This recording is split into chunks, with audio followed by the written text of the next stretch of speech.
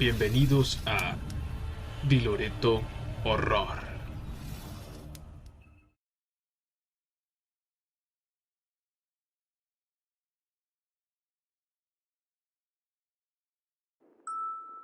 Estaba de vuelta en el pozo.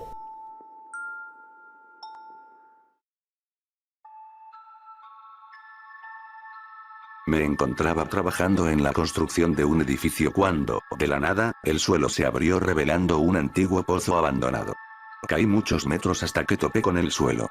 Cuando me levanté, grité para pedir ayuda y mis compañeros me indicaron que irían por una cuerda. Mientras esperaba, tomé la linterna y vi numerosas marcas desconocidas en aquel lugar. Cuando la cuerda llegó, me até muy firme y comenzaron a sacarme. Cuando estaba por llegar a la mitad, sentí un frío aterrador que provenía desde abajo. Al regresar a ver al fondo, vi el rostro de alguien, sin ojos, encarándome. Estremecí de miedo y me congelé. Entonces la criatura abrió la boca y dejó salir un grito horrible. Era totalmente pálida, tenía las facciones de un niño e intentó llegar hasta mí. Comencé a gritar de desesperación, pues por poco y me alcanza. Mis compañeros aceleraron el rescate y una vez afuera, cuando volví a ver hacia el pozo, no había nada. Ese día me fui bastante perturbado a casa, y apenas pude dormir un poco esa noche. Creía que todo había sido culpa de mi imaginación. Cuando desperté, a la mañana siguiente, estaba de vuelta en el pozo. Una lluvia prehistórica.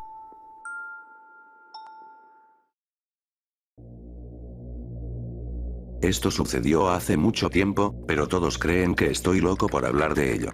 Por eso me tienen aquí, aislado en esta habitación minúscula. Aunque me permiten tener una computadora donde escribo esto, y lo leen. Supuestamente, así es como me evalúan psicológicamente. No sé qué signifique eso, pues les puedo garantizar que todo es verdad. Hay algo en el agua que nos está volviendo locos. Soy lo que llaman profeta. Todo esto se me presentó en un sueño. El omnisciente se comunica conmigo a través de los sueños. Creo que ese es otro de los motivos por los que me mantienen aquí. Pretenden que la humanidad se mantenga ciega. No quieren que disemine el conocimiento del omnisciente. No quieren que mis palabras despierten el conocimiento en las mentes de sus ovejas, pero estoy seguro que puedo superarlos. Les explicaré. Hace muchísimos años, cuando la humanidad tal y como la conocemos aún era joven, algo horrible llovió sobre nosotros, de forma literal. Una lluvia espesa, pegajosa y dorada. Imagínate una sustancia con las características de la miel, pero con una extraña textura rugosa. Era totalmente inodora, y los primitivos humanos jamás encontraron una explicación.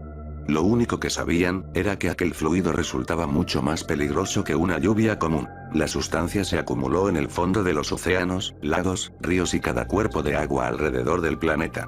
Aquella sustancia pegajosa se endureció transformándose en lo que parecía arena y suciedad, totalmente fragmentada. Sin embargo, aquellos humanos ignoraban que eran huevecillos con un período de incubación sumamente extenso. Pasaron siglos y milenios hasta que todo empezó a cambiar. Creo que los efectos provocados por las primeras larvas empezaron a notarse en la década de 1960. Aquellos pequeños granos de arena eclosionaron y los parásitos empezaron a afectar a todos los que bebían agua.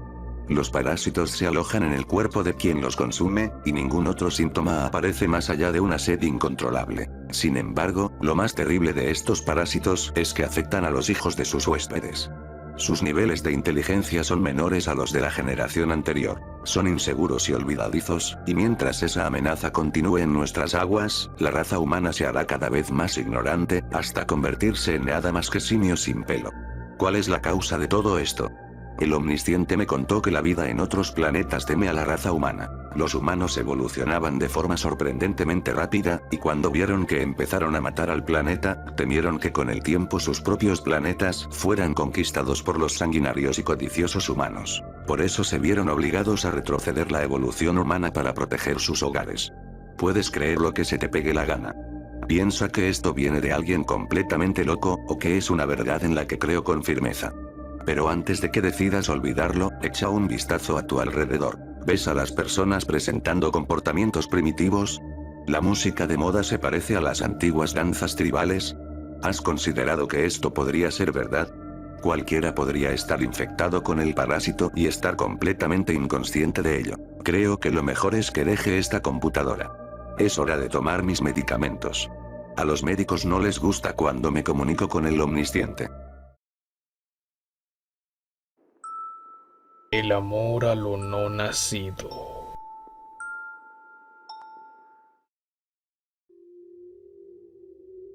Puede que no pueda hacer niños, pero aún puedo tener uno. Decía una mujer mientras se colocaba en posición fetal en su oscura y pequeña habitación. Hace un tiempo, por causas desafortunadas perdió a su bebé y quedó estéril. Logró ver el cuerpo de su difunto hijo en pedazos, con la carne fresca y débil. Para empeorar, su esposo la dejó en esa, la peor situación en la que una mujer podía estar. Como se esperaría, ella cayó en depresión, y lentamente se sumergió en la locura.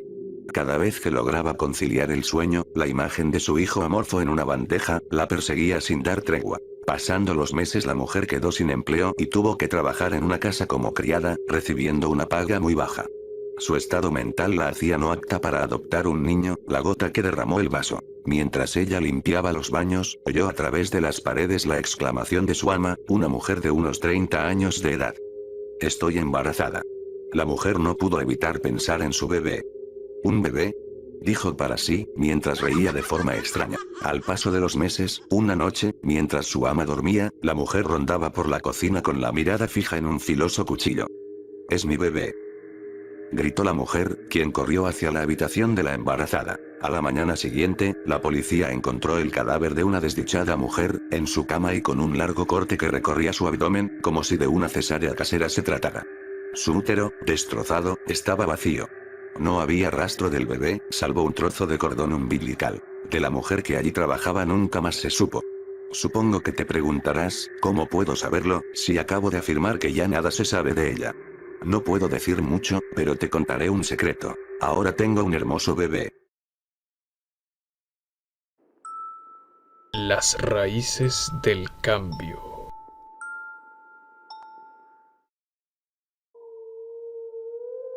...19 de noviembre de 2016. Las luces en el cielo eran una distracción. Lo mejor hubiera sido mirar a nuestro alrededor.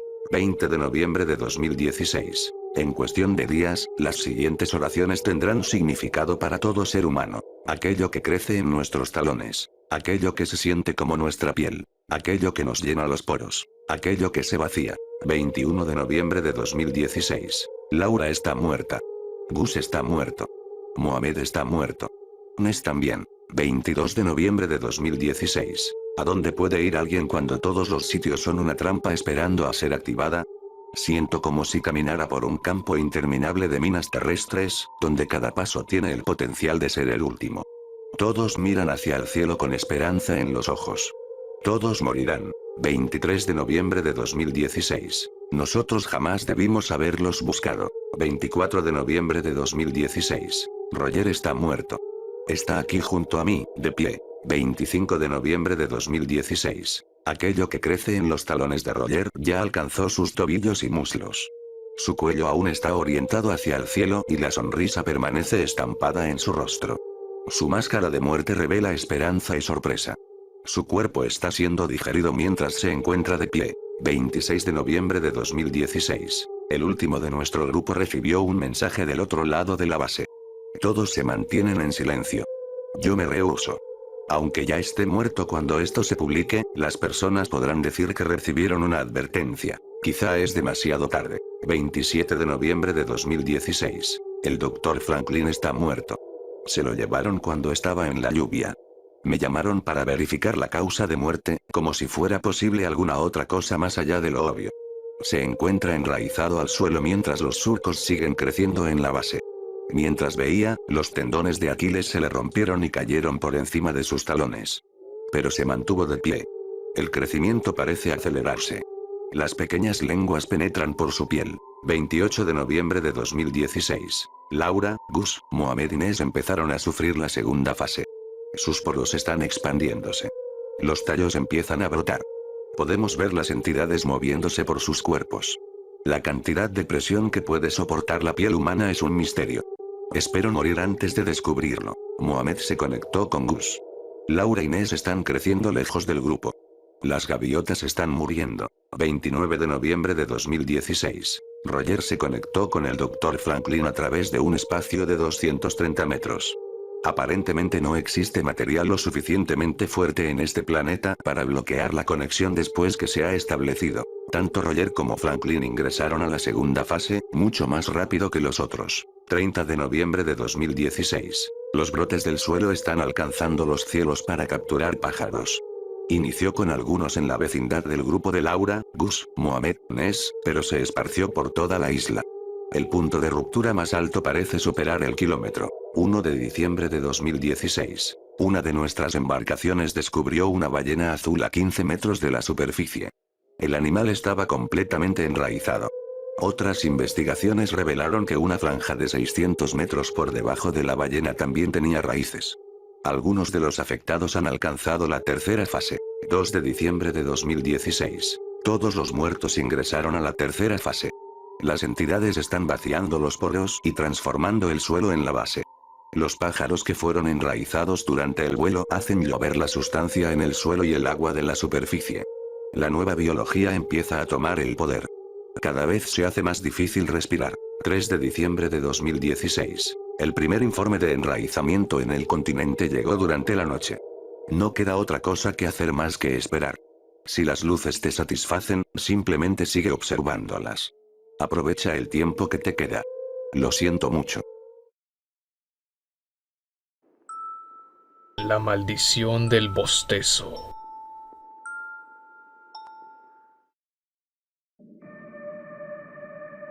Rastreamos la identidad del paciente cero hasta un sujeto llamado Ernesto Madrigal en Sacramento, California. Las fuentes no son precisas, pero todo parece indicar que el evento inició entre las 8:10 y 8:30 am del 31 de marzo de 2021. Madrigal no contaba con historial médico alguno, y para cualquier efecto era una persona completamente normal. Pero fue el primero en atascarse. Esa mañana, Madrigal bostezó y jamás se detuvo. Su esposa, Valeria, lo encontró en el baño arañándose el rostro. Tan pronto como vio el reflejo del bostezo en el espejo del baño, sintió que su propia mandíbula empezaba a abrirse. Y ella también quedó atascada. Conocemos los pormenores de la situación porque Valeria decidió anotarlos en su nota de suicidio. Incapaces de expresar una sola palabra, los Madrigal ni siquiera pudieron llamar a emergencias. En su lugar, condujeron a toda prisa hasta el hospital donde infectaron a la recepcionista, 3 enfermeras, el médico de guardia y 30 pacientes en la sala de espera. La policía local quedó relevada por la Guardia Nacional en cuestión de horas. Sacramento quedó a oscuras, se bloquearon todas las tecnologías y pusieron barricadas con puestos de control en cada una de las salidas. El gobierno discutió la solución nuclear, y consideró que hasta ese punto el evento se hubiera limitado a una sola ciudad. Pero el video de Aguilar echó todo por la borda. Tampoco es que podamos culpar a Daniel Aguilar, que no era más que un paciente de 13 años en la sala de espera. Cuando no quedó duda de que los bostezos eran agresivos, contagiosos y permanentes, Daniel inició una transmisión en vivo mientras el contagio se esparcía como reguero de pólvora por todo el hospital. La transmisión se detuvo tras el apagón militar, pero era demasiado tarde. En apenas 60 minutos más de 10.000 personas vieron el video. Y decenas de miles más lo difundieron en redes sociales, desatando el contagio masivo en las próximas 24 horas. Apenas observaban el video, las personas sentían que sus mandíbulas se abrían y sus cuellos se contraían. Era imposible revertir la condición. El mundo empezó a bostezar y nadie pudo parar. Muchos de los que escuchamos los reportes, pero no nos encontramos con el bostezo de frente, tomamos medidas. Algunos tomaron la brutal decisión de cegarse a sí mismos. Erróneamente supusieron que, si no podían ver el bostezo, no los afectaría. Un bostezo también puede escucharse, y pocos estaban dispuestos a infligirse el daño necesario a sí mismos y a sus seres queridos para protegerse completamente. Esos sufrieron mucho más, pues mientras agonizaban con las mandíbulas atascadas el mundo que conocieron no era más que penumbras. Mi familia estaba preparada. Hace meses que nos aislamos en este búnker. Las primeras semanas nos mantuvimos en contacto con el mundo exterior mediante la radio y los informes de los noticieros. Sin embargo, el riesgo de escuchar accidentalmente el sonido del bostezo era muy alto, por lo que cortamos toda comunicación. Ahora, lo único que nos queda por hacer es esperar a que el evento se desvanezca con el tiempo. Esperar a que todos aquellos que bostezan mueran y la maldición se vaya con ellos. Pero, en los últimos días es más común que me descubra luchando contra el impulso de bostezar. Dicen que el solo hecho de pensar en bostezar, a veces es suficiente para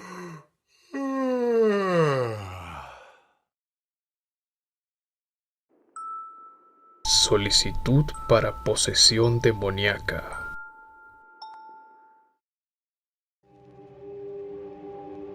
Para ser objeto de una posesión demoníaca debes hacer trámites, y apuesto a que no lo sabías. El cine, la literatura y las leyendas te han mentido todo este tiempo. No basta con una simple invocación, meterse dentro de un pentagrama, jugar la ouija o un sacrificio de sangre. Son reglas del pasado, cuando unos pocos humanos vagaban sobre la tierra y aquellos dispuestos a recibir a Satanás eran muy raros. Pero, en estas épocas son millones las personas dispuestas a obsequiar su existencia a un ser de otro mundo para que controle sus acciones. ¿Te parece ilógico que tantos humanos detesten su vida como para entregarla a cambio de nada? Forman parte del oscuro y creciente grupo donde se incluye a los psicópatas, dementes cotidianos, asesinos en serie y sádicos. Allí también se encuentran los adolescentes que, en algún momento oscuro de sus vidas, buscan algo que proporcione significado a su existencia. Aunque ese significado implique convertirse en un recipiente de carne y huesos para un demonio. Pero, como especifiqué al principio, hay una serie de trámites que deben cumplirse como en cualquier otro empleo. Por supuesto, primero debes realizar el ritual de invocación al demonio. De eso nadie escapa. Los sacrificios de sangre son una excelente forma de llamar la atención de demonios de alto rango. Esta clase de invocación demuestra madurez y disponibilidad para hacer el trabajo sucio. Entre más inocente o patético sea el sacrificio, mayor es la probabilidad de que los demonios revisen tu solicitud. No te esfuerces demasiado ni montes una parafernalia. Basta con que elijas a esa persona que no podría merecerlo, puede ser un discapacitado mental o un pequeño cualquiera. Lo complicado viene cuando finalmente tienes la atención de los demonios, pues debes convencerlos de que el sacrificio se buscó ese destino. Debes inventar una trama en la que, de alguna forma, esa persona inocente se merezca lo que le sucedió. Si postulas una razón lo suficientemente buena, empezarán a revisar tu currículum, y debes elaborar un currículum impecable. Por ejemplo, si aspiras a convertirte en un asesino en serie, es importante que ya cuentes con algunos trofeos.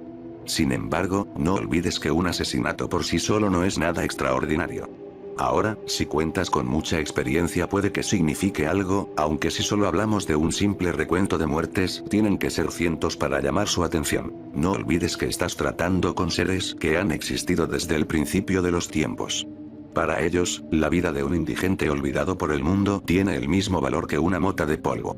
Pero, si tus asesinatos son de alto perfil, definitivamente es el momento de presumirlos, y añadir a cualquier otro inocente. Jamás olvides que, como lo hiciste con el sacrificio, debes insistir en que estas personas merecían morir en tus manos. Es importantísimo. Los demonios no se llevan bien con el remordimiento de conciencia. Si sabe de antemano que estás dispuesto a creer que lo que hiciste es justo, te poseerá con mayor placer. Otra cosa útil que puedes hacer es mostrarles tus habilidades en video. Si tu especialidad es la tortura, recuerda que el límite es tu imaginación. Solo asegúrate de ejecutar los métodos de tortura más sádicos que puedas imaginar y definitivamente serás el centro de su atención. En el pasado, se fascinaron con la crucifixión, la cuna de Judas o el toro de bronce. Pero se volvieron mucho más refinados y actualmente optan por métodos sutiles. Esa clase de tortura que puede ocultarse y hacerse pasar por un suicidio, es ideal. Ten en cuenta que, a pesar de todo ese poder, los demonios aún disfrutan divirtiéndose usando tanto tu cuerpo como tu mente. Si eres esa clase de persona creativa, es un punto a tu favor. La brutalidad también funciona en determinados casos, así que afina tus habilidades e identifica tus aptitudes. Una vez que estén lo suficientemente impresionados, empezarán a hacer preguntas. ¿Qué tienes para ofrecer a la comunidad? ¿Juras lealtad y protección a tu anfitrión maligno por sobre todas las cosas? ¿Prometes guardar las apariencias frente a aquellos humanos poderosos y mantener en secreto las actividades de tortura, etcétera, etcétera? Después de todo ese proceso, puedes preguntar sobre los planes de retiro, qué hacer si un conocido descubre que hospedas a un demonio, los períodos vacacionales, técnicas y herramientas para borrar tus rastros, etcétera, etcétera. Una vez que todo esté dicho y hecho, puedes ingresar. Tras una breve ceremonia llena de luces estroboscópicas, el demonio que te eligió como anfitrión te posee. Te digo un secreto. Es incómodo durante algunas semanas, pero eventualmente te acostumbras. Llega el momento en que ese anfitrión demoníaco depura todo rastro agradable de tu personalidad y automáticamente oculta cualquier fechoría susceptible de ser descubierta por el público. Es posible que termines viajando por todo el país adquiriendo identidades completamente nuevas. En ocasiones, la fachada de un matrimonio feliz con un par de escuincles te mimetiza a la perfección en la comunidad. Y aunque no soportes a esos mocosos, lo mejor es convencer al demonio de que no los mate, pues la mudanza siempre es una pesadilla. Lo que jamás puedes pasar por alto es una tradición de tu cónyuge, y ya sabes lo que tienes que hacer. Lo mejor es que te prepares muy bien para impresionarlos. Si fracasas, verás el fin de tus días en una mazmorra oscura, húmeda y apestosa. Y sufrirás sus torturas como cualquier otra víctima. Por eso te advierto, jamás invoques a esos bastardos a menos que estés completamente seguro de que estás listo para el empleo. Lo que sí te puedo asegurar es que vale la pena. Incluso con una entidad demoníaca atorada en tu garganta, la mayor parte del tiempo sigues lúcido. Siempre es reconfortante observar a cualquier miembro de una minoría ponerse púrpura con mi rodilla sobre su cuello. Y mejor ni hablar del éxtasis que produce observar cómo se desploma una enferma mental mientras las balas perforan su cuerpo. Te confieso que vivo los mejores momentos de mi vida, y lo recomiendo ampliamente. Debí postularme como policía desde hace mucho tiempo. Contratos de muerte.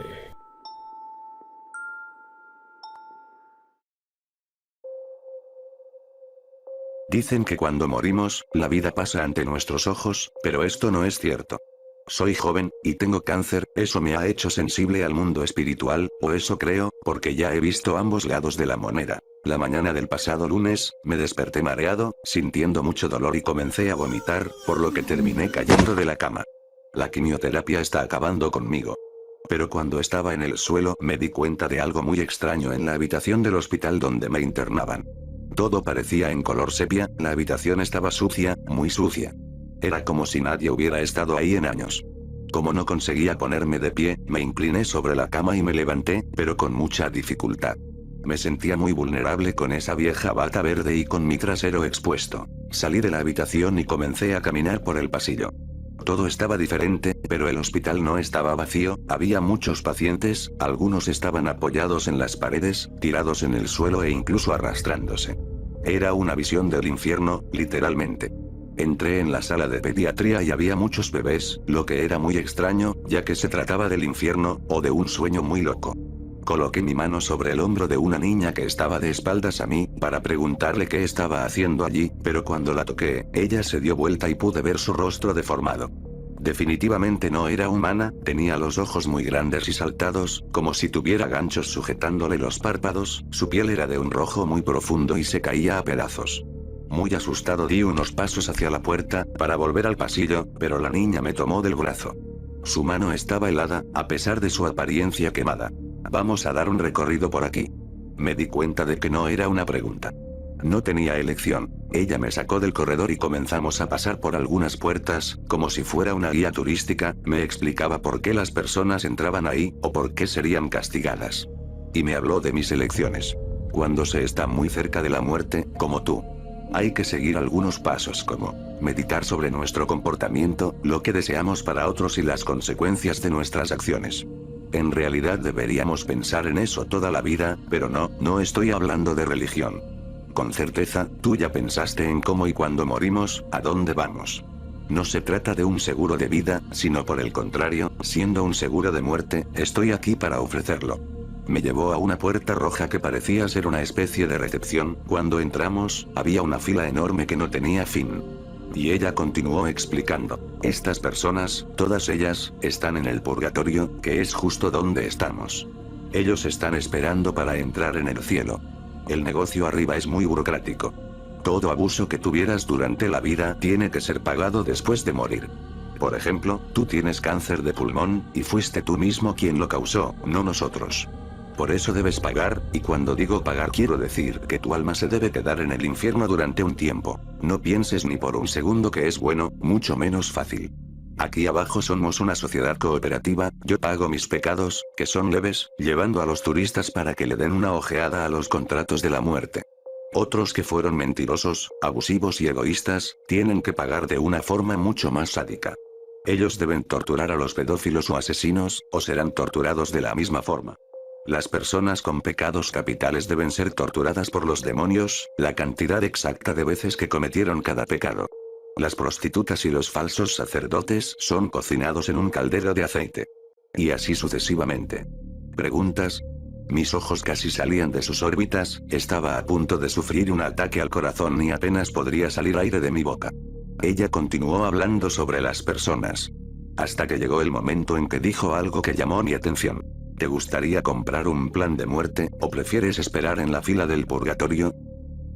Sin duda tomaría un plan, pues según lo que me explicó, el tiempo que tenía que pagar en el purgatorio sería eterno, mientras que en el infierno mi castigo iba en relación con mis pecados, así que, como yo consideré que no había pecado mucho en vida, tal vez era mi mejor opción. Pero no fui tan estúpido como para aceptar sin antes leer los términos del contrato. Entonces ella comenzó a leer. Contrato 17, seguro de muerte. Artículo 1. Como el fin justifica los medios, yo, Demian Orozco García, autorizo que mi alma permanezca en el infierno durante 5 días, que equivalen a 5 años terrestres. Durante mi estancia tengo prohibido comer, beber, sentarme, respirar, dormir, hablar o quejarme de ninguna manera, ni siquiera con el pensamiento. De hacerlo mi penitencia se incrementará en un día. Artículo 2. Como forma de cooperativismo, debo torturar con objetos de madera a hombres que robaron o traicionaron a sus esposas. No debo matarlos, ni dejar que se maten por sí mismos, y mi única función será introducir pedazos de carbón encendido por sus orificios. No debo tener piedad ni compasión, ni ayudarlos de forma alguna. Artículo 3. El paquete del seguro de muerte número 17, incluye permanencia durante el plazo previsto en el tercer círculo del infierno, en la sala B, no siendo necesario de ninguna forma que sea llevado a salas inferiores. Artículo F, final. Yo, Demian Orozco García, soy responsable por mi salida y mi entrada al infierno, y por esa razón no debo interponer de ninguna manera queja alguna contra el ser del núcleo inferior, identificado únicamente como él, en caso de algún trastorno o complicación, aceptando la señal que será situada en mi mano derecha, doy por cerrado el contrato. El asegurado debe cumplir su sentencia durante 5 días, y cuando haya terminado, deberá ser inmediatamente transportado a las áreas superiores y encaminado al área de los recién encarnados. Su alma debe ser inspeccionada en la puerta 17 por el centésimo general, Gregorio Samuel, que deberá averiguar si se encuentra desprovista de ninguna parte o miembro. Si es el caso, deberá ser informado al Concejo Regional de las Almas en la puerta 17, para que la parte o el miembro sean restituidos. Firma del contratante. Demian Orozco García. Firma del responsable. Melissa Manson. Cuando terminé de firmar el contrato, que me pareció algo razonable, sentí un dolor insoportable en mi mano derecha, y noté una protuberancia creciente, roja y llena de pus. Miré a la niña y me dijo: ten cuidado con eso. Ella me llevó hasta mi habitación y me dejó en la cama de la que me había caído, a continuación me dijo que cerrara los ojos. Los cerré y después todo volvió a ser como antes, por lo menos el techo, que fue lo primero que vi cuando abrí los ojos. Sentí un dolor insoportable en mi mano, y sabía que no había sido un sueño, y que iba a morir pronto. Miré a la puerta para ver si mis padres habían vuelto, y luego miré a mi izquierda, y me quedé en shock cuando vi a esa niña a mi lado. Era realmente hermosa, sus ojos eran brillantes y azules, y su cara tenía rasgos angelicales. Pero parecía visiblemente asustada, y sostuvo fuertemente mi mano. Entonces ella dijo: no firmaste nada, ¿verdad? Y yo, confundido, sin comprender cómo sabía, le pregunté: ¿cómo lo sabes? Sin aliento y asustada ella me dijo: soy tu ángel de la guarda, y mientras estabas dormido entré a ver lo que sucedía, y te escuché decir mientras dormías, que aceptabas. Aceptabas algo. Y como no despertabas, entré en pánico. Bueno, había una niña como tú, ella hizo un plan de muerte, en el que me responsabilizaba por pasar 5 días en el infierno. La niña empezó a llorar y me abrazó, fue entonces cuando me dijo: yo estaba encargada de llevar tu alma esta noche al cielo, tú has sido un buen chico durante toda la vida, ¿por qué has pensado que irías al infierno? Ahora, ¿cómo vas a deshacer esto? Tendré que informar que hemos perdido otra alma. La miré confuso, sin entender lo que pasaba, y ella me contestó con una cara llena de lágrimas y tristeza: no firmes ningún contrato con los demonios. Ni en tus sueños. ¿Cuál es su emergencia? Parte 2.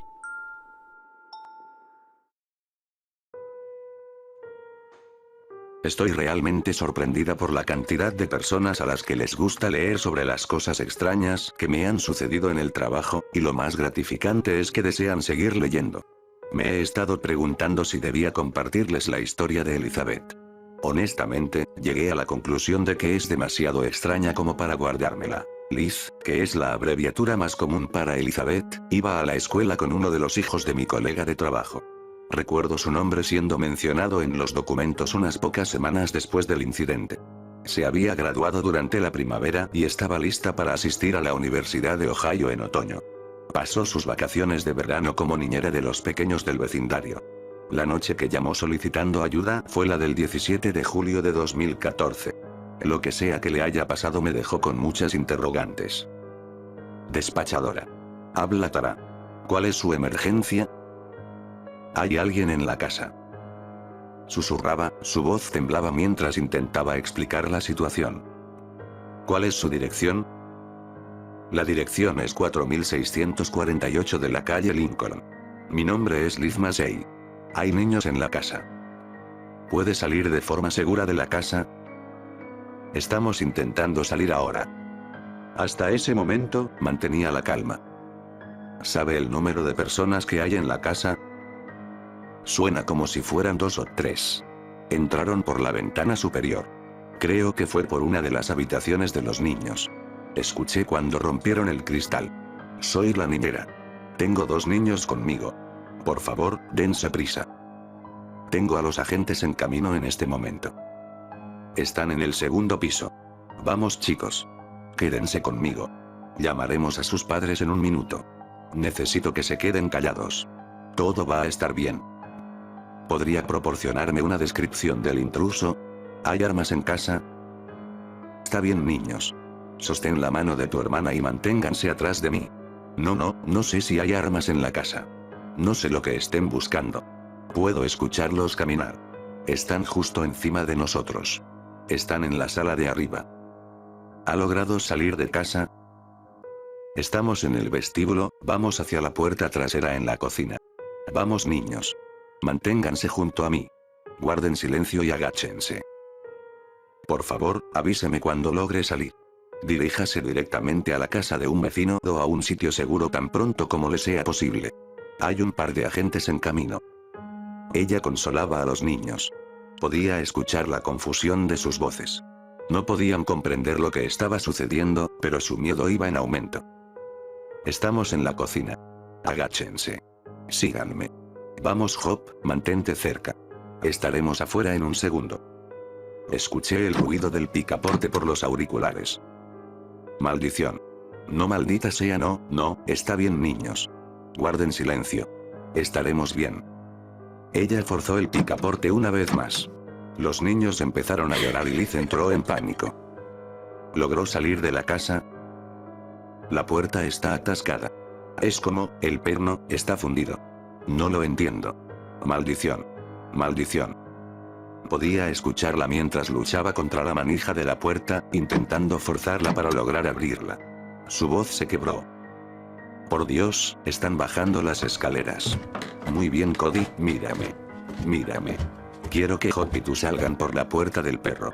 Tan pronto como lleguen a la calle, vayan al frente hasta la casa del señor Gregory. No se detengan. No sueltes la mano de Hop. Yo no entro, pero estaré bien. Estaré justo detrás de ustedes. Los veo en un minuto. Corran. Corran. Los escuché pasando a la fuerza a través de la puerta del perro. Los niños no querían irse sin ella. Liz les gritó. Corran. Escuché cuando el teléfono golpeó contra el piso. Tropezó. Se arrastró para tomar el teléfono e inmediatamente después empezó a correr para atravesar la casa. Las puertas se cerraban detrás de ella, lloraba mientras corría. Liz. ¿Dónde estás Liz? Los oficiales casi están ahí. Se escuchó otro portazo. Podía oír mientras buscaba a tientas y las cosas empezaron a caer a su alrededor. Su respiración era muy pesada. Ella gemía. Estoy en el armario. Por favor, dense prisa. No quiero morir. Necesito que te calmes. Quédate donde estás. La policía está a tan solo una cuadra. Respira despacio. Estaba llorando. Desesperadamente intentaba tranquilizarse un poco. Sollozó. Su voz apenas era audible. Están en la habitación. Los oficiales están justo afuera de la casa Liz. Solo espera. Se quedó en silencio. Los segundos pasaban lentamente. Ella empezó a hiperventilar, aterrada por lo que estaba del otro lado de la puerta. Escuché el crujido de la manija de la puerta cuando el armario se abrió lentamente. Hubo un sonido fuerte y estridente. Jamás había escuchado algo así antes. Era ensordecedor. Después un grito espeluznante, seguido de un silencio sepulcral. Liz. Liz, ¿sigues ahí? Háblame, Liz. Por los auriculares pude escuchar cuando la puerta principal era derribada. Los oficiales buscaron en cada habitación. Se acercaban al armario donde Liz se había escondido. El grito fue lo último que se supo de ella. Un oficial ingresó a la habitación. Escuché mientras abrían y cerraban las puertas, buscando y llamando a Liz. Pude oír cuando la puerta del armario se abrió de nuevo. El oficial dio arcadas y empezó a vomitar. El agente gritó pidiendo apoyo. Había pavor en sus voces, y sabía lo que eso significaba. Liz estaba muerta. Los oficiales se encontraban en el lugar. Tenía que finalizar la llamada. No había nada más que pudiera hacer. No supe lo que pasó con Liz hasta unas semanas después. Supuestamente el informe forense indicó que había muerto por asfixia, probablemente por un incendio repentino. El informe de los agentes apuntaba que no había evidencia de que alguien más estuviera en la casa. Tampoco habían roto ninguna ventana en la planta superior, nada parecía fuera de lugar. Lo único extraño eran las perillas de las puertas principal y trasera de la casa. Los cerrojos parecían haber sido fundidos. Casi como si alguien hubiera metido una pequeña varilla metálica incandescente por el ojo de la cerradura para fundir toda la mecánica interna y atascarlos. Lo único que los oficiales escucharon esa noche fueron los gritos de Liz. Los niños fueron localizados sanos y salvos en la casa del vecino. Dijeron que alguien había entrado a casa esa noche, pero nunca vieron quién. El informe oficial señalaba que su cuerpo estaba cubierto por quemaduras de segundo y tercer grado. Cuando encontraron el cadáver, sus brazos estaban atascados frente a su cara, en un intento por bloquear al atacante. Nada más se quemó. Nada en ese closet, ni siquiera su ropa y cabello. El término combustión espontánea se había considerado como una explicación durante 1 o 2 meses después del incidente, pero para mí aquella idea parecía muy ilógica. Incluso si era posible, aún restaba la declaración de los niños sobre los intrusos, que escucharon cuando rompieron la ventana. ¿A dónde fueron? ¿Por dónde ingresaron? Pasaron tan solo unos segundos entre el grito de Liz y la irrupción de los oficiales a la casa. ¿Cómo podrían haber escapado? ¿Cómo salieron sin que nadie los viera? Nada tenía sentido. Eventualmente los rumores perdieron fuerza junto con el interés en el caso de Liz. Nunca se volvió a replantear, hasta hace unos meses. Esta vez fue una familia entera. Yo no tomé la llamada, pero quizá pueda preguntar quién lo hizo. Según lo que escuché, la historia siguió casi la misma línea. Alguien entró y las víctimas no pudieron salir. Todos quemados. Todos congelados. Sus manos sobre su rostro intentando protegerse del atacante, o protegiendo a los niños. Al igual que antes, nada más se quemó con excepción de su piel. La causa de la muerte también fue la asfixia provocada por un incendio. Esto no puede ser una coincidencia, ¿verdad? Una lección de vida y muerte.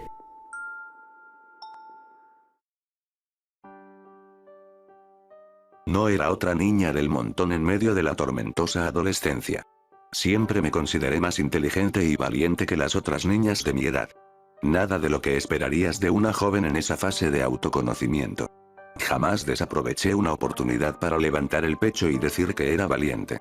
No le tenía miedo a nada. Solía incursionar en el bosque buscando animales venenosos y temibles, solo para tomarme una foto. Rompí cuantas reglas me pusieron, me involucré en peleas y siempre buscaba el próximo acto arriesgado que me hiciera ver aún más intrépida y genial. Eventualmente, aquellas personas que me admiraban perdieron interés en mis locas aventuras. Ya no ideaban nuevos desafíos para seguir inflando mi ego. Toda esa atención que recibía en la escuela y en casa empezó a faltarme. Así, decidí buscar nuevas emociones en otros sitios y el internet funcionó muy bien como herramienta para difundir mi verdad. Dediqué todo mi tiempo libre a explorar sitios web, foros, vídeos en YouTube y perfiles sociales que abordaban temas de terror. El contenido de aquellas páginas me parecía ridículo, y solía hacer comentarios burlándome de las historias. Por supuesto, también de las personas que las escribían por creer en cosas tan absurdas. Ni siquiera puedo recordar los comentarios que hice, y mucho menos los sitios de los que me burlaba en ese tiempo. Lo que sí sé es que, en aquella época, adquirí cierta reputación en el ambiente sobrenatural. Era la escéptica. Me recuerdo feliz con aquel nuevo pasatiempo de crítica y escepticismo en la web. Hasta el día que un desconocido, a quien jamás nunca antes vi en ese foro, respondió uno de mis comentarios. Abrí el mensaje creyendo que sería una más de tantas discusiones que tenía con otros miembros. Pasaba horas intentando convencer a todos de mi punto de vista. Me fascinaba demostrar lo racional e inteligente que era al desechar todos esos mitos y leyendas inventados. Los consideraba tontos por creer que esa clase de cosas realmente existían. Además, me sentía superior al poseer una inteligencia privilegiada e inusual cuando se trataba de pensar racionalmente. Pero, ese individuo que respondió a mi publicación parecía diferente al resto. Ni siquiera le interesaba discutir o tratar de convencerme de algo. Se limitó a proponerme 4 desafíos. El primero era sencillo. El desconocido solicitó que me mantuviera en silencio en mi habitación, completamente a oscuras, en el preciso momento que las manecillas del reloj marcaran las 3 de la mañana. Mi primera deducción era que se trataba de una broma, y no dudé en responder que era un desafío ridículo. No lo intentaría. Sin embargo, muchos otros usuarios del foro respondieron animándome y desafiándome a hacer lo que decía el anónimo. Decidí aceptar el reto, pues se trataba de otra oportunidad para demostrar mi superioridad. Aquella noche hacía tanto frío que me encerré en la habitación y terminé enrollada en el cobertor. Con el celular en mis manos, me mantuve atenta al reloj digital sobre el buró hasta que faltaron pocos minutos para las 3 de la mañana. Aunque jamás atestigué sucesos paranormales en ese lugar, me invadió una extraña sensación de nostalgia. Me resultaba familiar, como si alguien frotara delicadamente mi cabello en un gesto amoroso. Algo que no sentía hacía mucho tiempo, desde la última vez que vi a mi tío Fernando. Pese a la extraña sensación, no me dejé llevar por el momento. Encendí la lámpara y retiré las sábanas a las que consideraba responsables de la extraña sensación en mi cabeza, pues en ese momento estaba cubierta de pies a cabeza. Tomé una foto cuando el reloj marcó exactamente las 3:02 am, y luego una selfie en pijama. En aquella foto mi rostro dibujaba una sonrisa de suficiencia, pues me consideraba victoriosa. Un día después adjunté la evidencia en la publicación del foro con un mensaje engreído. Entonces, le pedí al desconocido que me hiciera llegar el próximo desafío. No demoró mucho en responder, y era un desafío más complicado. Se trataba de encender 2 velas y disponer un objeto personal importante frente a un espejo. Después, debía esperar sola en la habitación con puertas y ventanas cerradas a que llegara la medianoche. En ese momento, con los ojos cerrados, debía preguntar a la persona que me regaló el objeto si se encontraba en la habitación. Lo hice tal cual lo solicitaron. Me dirigí a la habitación más retirada de la casa, aquella que alguna vez sirvió como oficina de papá y quedó vacía cuando se divorció de mamá 2 años antes.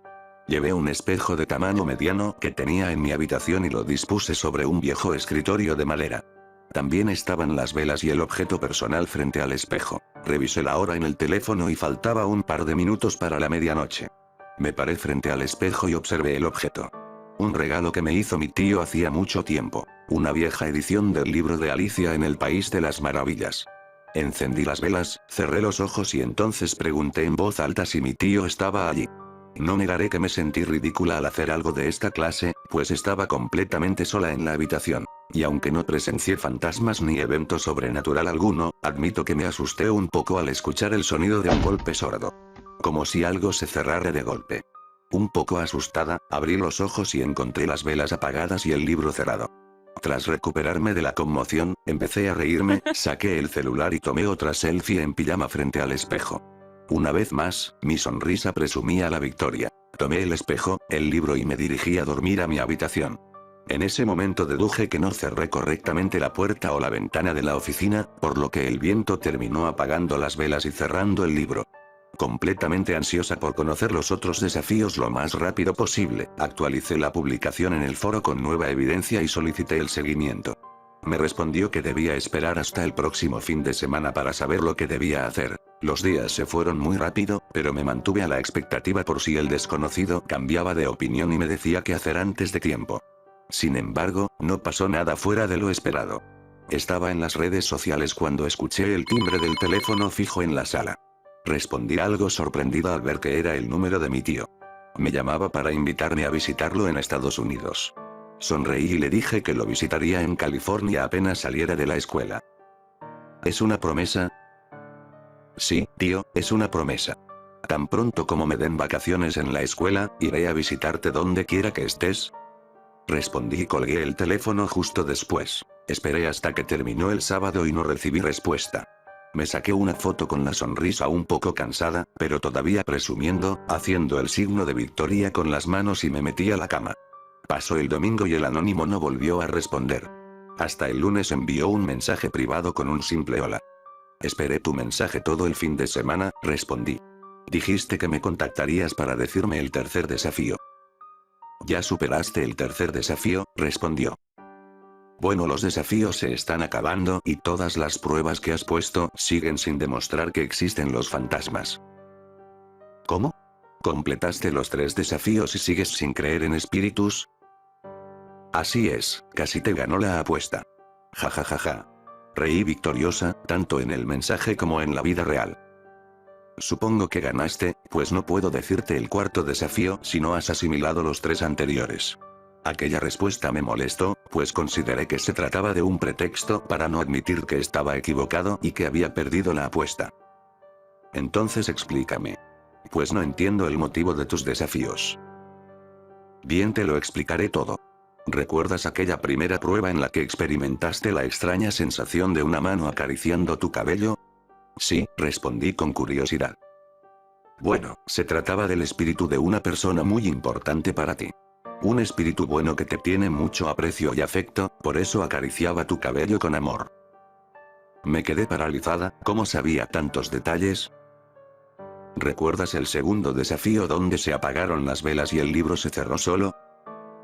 Sí, respondí con un poco de miedo. Era el espíritu incorpóreo de aquella persona a la que llamaste. La travesía del alma por la habitación apagó las velas y cerró el libro. Aunque no creía en fantasmas, empecé a asustarme. ¿Cómo conocía tantos detalles de los desafíos? Jamás lo publiqué antes y no se lo dije a nadie. Desconozco cómo adivinaste todo lo que me acabas de decir, empecé a teclear llena de pánico, pensando en que podría tratarse de un acosador o algo así. Pero, ni siquiera sé si quiero llevar a cabo el tercer desafío. Ya lo has hecho, respondió el desconocido. ¿Cómo? Escribí con curiosidad. El tercer desafío era contactar a una persona muerta. ¿Y lo hiciste? No, no lo hice. Claro que lo hiciste.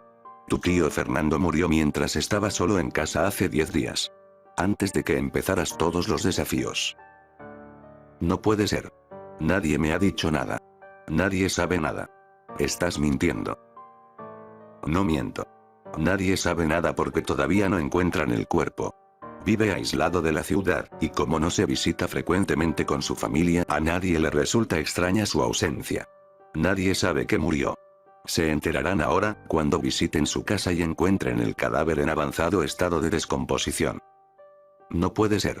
Estaba a punto de llorar en la habitación cuando mi madre entró con el teléfono en la mano. Tenía los ojos llenos de lágrimas. Mi cuerpo empezó a temblar y me tiré al piso. Conocía a la perfección el motivo de la tristeza de mamá y la noticia que me daría. Tan pronto como logramos tranquilizarnos y mi madre salió de la habitación, me senté frente a la computadora y envié el siguiente mensaje. ¿Cuál es el próximo desafío? Tenía que saberlo. Necesitaba saberlo. Debía cerrar este ciclo. Cumplir la promesa que le hiciste a tu tío. Su alma se encontraba sola y triste, pero cuando lo contactaste y prometiste visitarlo se sintió feliz. Muy bien, te enviaré la evidencia en un par de meses.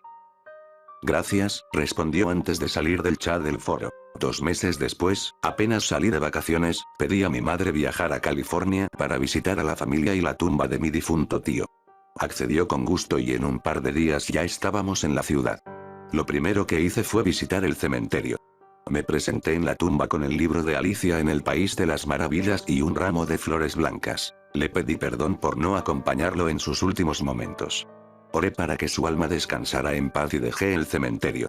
Ya fuera del lugar, saqué el teléfono y tomé una foto frente a las puertas del cementerio. Aquella noche la publiqué en el foro. Esa sería mi última contribución en aquel sitio, en ese y en cualquier otro de su clase. En la foto aparecía vestida de negro, con medias oscuras y tacones bajos.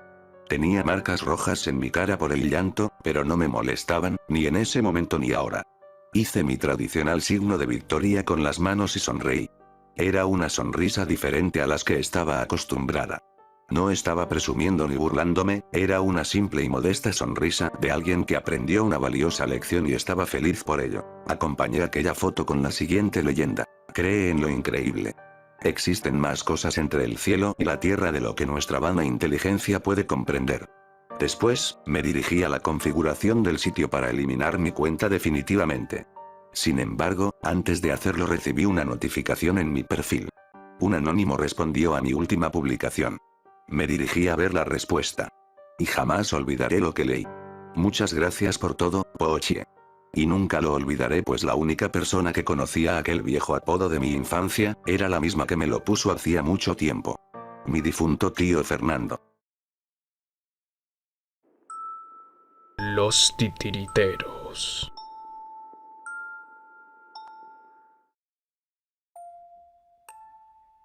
Simplemente no lo dejará.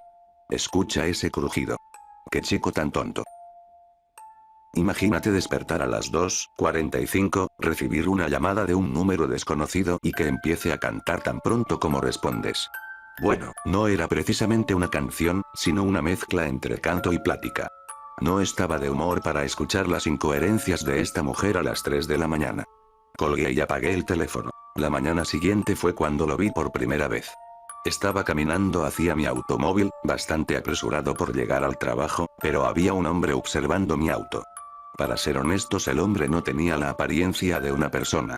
Quiero decir, obviamente era una persona, pero había algo realmente mal con él. Imagina nuestra humanidad en una escala del 0 al 100, este sujeto probablemente se encontraba en el 97. Quizás superaba los 70 años. Era muy encorvado, lo que lo hacía bastante bajo de estatura, y eso que solo mido 1,65 metros. También tenía un gesto constante en el rostro, pero otra vez, no como el de una persona normal, sino como el de una caricatura con el ceño fruncido y la boca arqueada. Como sea, abordé al sujeto y le pregunté qué estaba haciendo. Realmente. Me gusta. Tu auto. Su voz se escuchaba forzada. Como si no fuera él el que estaba hablando, sino más bien alguien dentro de él. Gracias. ¿Te gustan los Mustang? Sí. Yo. Tenía 21 cuando este salió. ¿No entonces naciste en el 47? Sí. Buenos tiempos. Que tengas un buen día. Extendió su mano con un movimiento muy errático. Sus uñas estaban bastante largas y las mangas de su camisa muy sucias, pero no quise ser grosero, y le extendí un fuerte apretón de mano. Se volteó y bajó por mi entrada, todavía moviéndose de forma errática, como un personaje de videojuegos con retraso. Entonces me di cuenta que el hombre simplemente era lento. Eres un idiota. Murmuré a mí mismo. Si lo volvía a ver, pasaría algún tiempo hablando con él sobre los autos. Y entonces me fui a trabajar. Laboró como cargador en un negocio de envíos. Mientras conducía a la bodega, recibí una llamada. Ni siquiera vi el número, simplemente respondí, puse el altavoz y dejé el teléfono en el asiento del pasajero. Hola. Rompiendo huesos para entrar.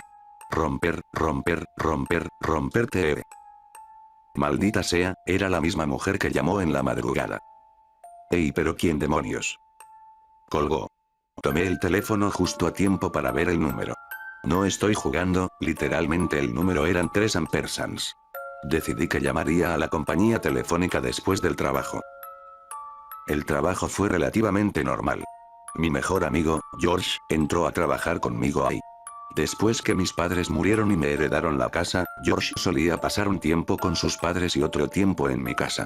Como sea, George me estaba contando una historia sobre cómo el lugar donde trabaja su madre fue asaltado, es la directora de una funeraria, la más grande de la zona. Algunos cuerpos fueron robados y ella tuvo que lidiar con la policía y los familiares de los fallecidos. Mientras tomaba mi descanso ese día, veía las noticias en el salón para los empleados. Estaba a punto de cambiar de canal, cuando vi la imagen de mi vecindario en la pantalla. Un periodista estaba de pie a tan solo 4 casas de la mía. Hace solo 2 horas, la familia que habita en la casa atrás de mí llamó al 911. Cambiaron al audio de la llamada al 911. 911, ¿cuál es su emergencia? Hola, estoy muy seguro de que hay un cadáver en la calle. ¿Una persona muerta en su calle? No lo sé, pero no se ha movido de allí en 30 minutos. Cambiaron de nuevo hacia el reportero.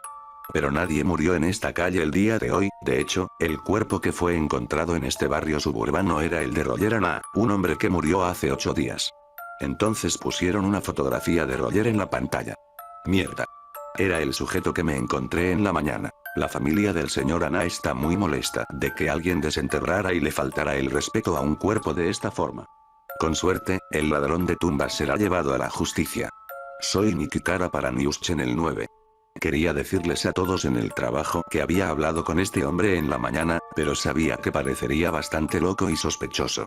Le dije a mi jefe que tenía que ir a casa pues me sentía mal, lo que no era una mentira, ya que la noticia me revolvió el estómago. Así que salí al mediodía. A estas alturas debo explicar que todo esto ocurrió hace 2 semanas. Mis padres murieron hace un mes. Mi papá dirigía un bufete de abogados y mi madre era abogada, por lo que cuando se fueron tenía suficiente dinero para pagar la casa, gas y otros gastos durante unos 6 años. Mis padres murieron en un accidente de esquí. Estaban esquiando juntos cuando una pequeña avalancha en la montaña donde estaban los sepultó. Como sea, en ese momento todavía estaba lidiando con el trauma de la muerte de mis padres, así que pensé que me estaba volviendo loco después de ver lo que apareció en las noticias. Cuando llegué a casa, la policía se había ido y la conmoción se había aplacado. Realmente necesitaba a alguien con quien hablar, así que tomé el teléfono y llamé a mi primo Jack. Apenas tomé el teléfono, comenzó a sonar. Maldita sea. Hey. ¿Qué demonios? Hace mucho frío, Tom, no puedo sentir mis piernas. No puedo sentir nada. Jesucristo. Era la voz de mi madre. Me quebré pero intenté responder. Quien esté haciendo esto, por favor, deje de hacerlo. Bebé, ayúdanos. ¿Por qué no puedo sentir nada? Ni siquiera pude responder. Caí al suelo llorando. Intenté conversar, pero un nudo en la garganta me lo impedía y con el llanto era mucho más difícil. Fue entonces que la voz del teléfono cambió. No te preocupes, los dos se van a calentar aquí. Parte los huesos. Rompe, rompe. Grité algo que ni yo mismo pude entender y entonces terminó la llamada. Me tiré en el piso del baño en posición fetal durante lo que pareció una eternidad. Finalmente me compuse y llamé a Jack. Le conté todo lo que había pasado ese día, e insistió en que tomaría un vuelo esa noche. Me di cuenta que él creía que estaba totalmente loco. Tom, por favor, no vayas a hacer nada estúpido. Le tomaría 8 horas viajar desde Nueva York a Arizona, así que tenía tiempo para prepararme. Pero primero necesitaba una ducha. Me levanté del suelo e hice a un lado la cortina azul del baño. Grité más fuerte de lo que nunca había gritado antes. Allí, en la tina, estaban mis padres. Su piel estaba azul, vestían su equipo de esquí, tenían la boca entreabierta, con el agua caliente golpeándolos y haciendo tanto vapor que parecía un sauna. Mis lágrimas comenzaron a fluir nuevamente, salí del cuarto de baño y cerré la puerta. Me puse de espaldas y no pude controlarme. Después de unos 5 minutos allí sentado, abrí la puerta de nuevo. Adivina. La tina estaba vacía. En este punto me sentía desesperado y sin emociones. Tomé una buena ducha y luego fui hasta mi habitación para dormir. Cariño. Despierta. Un poco aturdido me doy vuelta en la cama, el reloj marca las 5, faltan solo 3 horas para que Jack llegue. Me retuerzo en la cama intentando encontrar la posición más cómoda, entonces siento una mano sobre mi pierna, dando golpecitos como si intentara calmarme. Me volteé y grité, en serio, no tengo idea de por qué mis vecinos no me escucharon. De pie, en el borde de mi cama, estaban mis padres con la misma apariencia que tenían cuando los vi en el baño. Vamos. Es hora. Levántate. Dijo mi padre. Despierta. Bebé. Mi madre continuó. Esto carece totalmente de sentido, en el teléfono su voz sonaba normal, pero ahora sonaba como el sujeto de antes. No sé por qué, pero me enojé bastante en ese punto. Salté de la cama y tomé el abrigo de invierno de mi padre. ¡No! Gritó. Era un sonido terrible. Como un cerdo cuando está exaltado. Pero era demasiado tarde. Le arranqué el abrigo. Ahí estaba su caja torácica expuesta junto con una lesión que había sufrido en el accidente. Sí, era su cadáver. Me enfoqué en la herida abierta, 2 círculos rojos flotaban dentro de lo que alguna vez fueron las entrañas de mi padre. Pero después nada, los círculos desaparecieron. Retrocedí poco a poco. Sentí que el corazón me dejaba de latir. Esos círculos eran unos malditos ojos y estaban parpadeando. Había alguien dentro del cadáver de mi padre. Tan pronto como me di cuenta de esto, los dos salieron corriendo de la habitación. Nuevamente, moviéndose erráticamente. Cuando llegaron afuera comenzaron a separarse de mí. Hicieron lo que llamé una carrera sónica. Puedo jurar que los escuché reír mientras giraban rápidamente y se ocultaban tras una casa. Fui hasta ese lugar, pero me di cuenta que los había perdido. Volví a mi calle rezando para que alguien estuviera afuera. Pero no, el vecindario estaba prácticamente vacío. ¿Por qué en situaciones como esta la mala suerte te sigue a todas partes? Bueno, volví a mi coche y conduje hasta el cementerio. Cuando llegué a las tumbas de mis padres, por supuesto, estaban vacías. Llamé al 911, para evitar sospechas. Todo lo que dije fue que había venido a visitar las tumbas y los cuerpos simplemente habían desaparecido. Cuando los agentes llegaron me enfrasqué en una profunda conversación con un oficial que había sido uno de los mejores amigos de papá durante años. Igual, he estado recibiendo unas llamadas extrañas, ¿podrías echar un vistazo? ¿Tienes el número? No precisamente. Le mostré el registro de llamadas. Una mirada curiosa apareció en su cara, su habitual comportamiento agradable cambió inmediatamente. ¿Hace cuánto tiempo que te están llamando? Desde ayer en la noche, ¿por qué? La familia de Rogeran ha estado recibiendo llamadas desde este mismo número, si es que se puede llamar así. Creo que puede estar relacionado con los asaltantes de las tumbas, voy a echar un vistazo esta noche. Fue entonces que tomó mi hombro y me dijo, siempre estoy aquí para ti, amigo. No sé exactamente por qué, pero siempre he sido reacio a mostrar emociones en público. Pero la mezcla de lo que había sucedido ese día y tener que encontrarme con mis padres muertos otra vez, simplemente me rompió. Walt se mantuvo a mi lado mientras lloraba. Mientras conducía a casa recibí una llamada. Dudé en responder, pero luego vi que era Jack. Hey Jack, ¿qué pasa? Oye, estoy en Ohio justo ahora, mi vuelo se retrasó debido a la tormenta, debería estar allí en 4 horas. ¿Estás bien? Me sentí agotado ante la pregunta. Hablaremos de ello cuando estés aquí. De la nada, la llamada fue bombardeada con estática, lo que no tenía ningún sentido, pues los dos estábamos en un área con muy buena recepción. Está bien, amigo. Hey. Andy. Manténme al tanto. Espera, no puedo escuchar nada de lo que dices. Pero la llamada finalizó y, cuando puse el teléfono en el asiento del pasajero, sentí que un aire frío me golpeó en la nuca. Aún no. Escuché decir a una voz femenina. Casi vuelco en el auto cuando miré detrás de mí. Una mujer estaba sentada en el asiento trasero, su rostro parecía el de una marioneta, todo en ella parecía falso. Sostenía una caja negra entre los brazos. Recuperé el control del auto, miré de nuevo hacia atrás, pero la mujer se había ido, sin embargo, la caja negra estaba allí. Tan pronto llegué a casa puse la caja sobre la mesa y la abrí. Dentro había un trozo de papel doblado. Lo abrí cuidadosamente. Annie for you. Escrito con una letra horrible. Definitivamente atrapó mi curiosidad. Ni siquiera me molesté en llamar a Walsh. Saqué mi teléfono y busqué el nombre en Google. El primer resultado fue un obituario, pero el segundo era un artículo. Mujer en Nueva Orleans es encontrada asesinada en su casa. Se cree que el sospechoso es la misma persona que robó el cadáver de su padre hace unos días. Doy una leída rápida al artículo. Fue en mayo de 2013. Al parecer, el padre de Annie murió de un ataque cardíaco una semana antes de su asesinato. Solo un día después de ser sepultado, su cuerpo fue desenterrado y robado. Ese mismo día, Annie recibió una serie de llamadas de una persona desconocida, burlándose de que su papá venía a visitarla. Una hora antes de su muerte envió un mensaje a su mejor amiga que decía, no es culpa de mi padre, él no está moviendo las cuerdas, pero voy a cortarlas. La encontraron un día después en su bañera. Su pecho había sido destrozado como si un animal salvaje la hubiera atacado. Me sentí incómodo mientras leía el artículo. Me desplacé a la parte inferior del artículo hacia los comentarios. Estuve a punto de arrojar el teléfono. El primer comentario de 2013 decía, no cortes sus cuerdas, Dom. No luches contra los titiriteros. Poco a poco solté el teléfono y miré delante de mí, justo frente a la puerta de cristal. Allí, estaba de pie una figura oscura. Tenía la piel como la de un lobo, pero con el rostro de un humano. Grandes ojos rojos, una sonrisa siniestra, pero sin nariz ni orejas. Me veía directamente a los ojos, y estaba tan concentrado en su mirada que apenas y noté que entre sus garras sostenía los cadáveres de mis padres.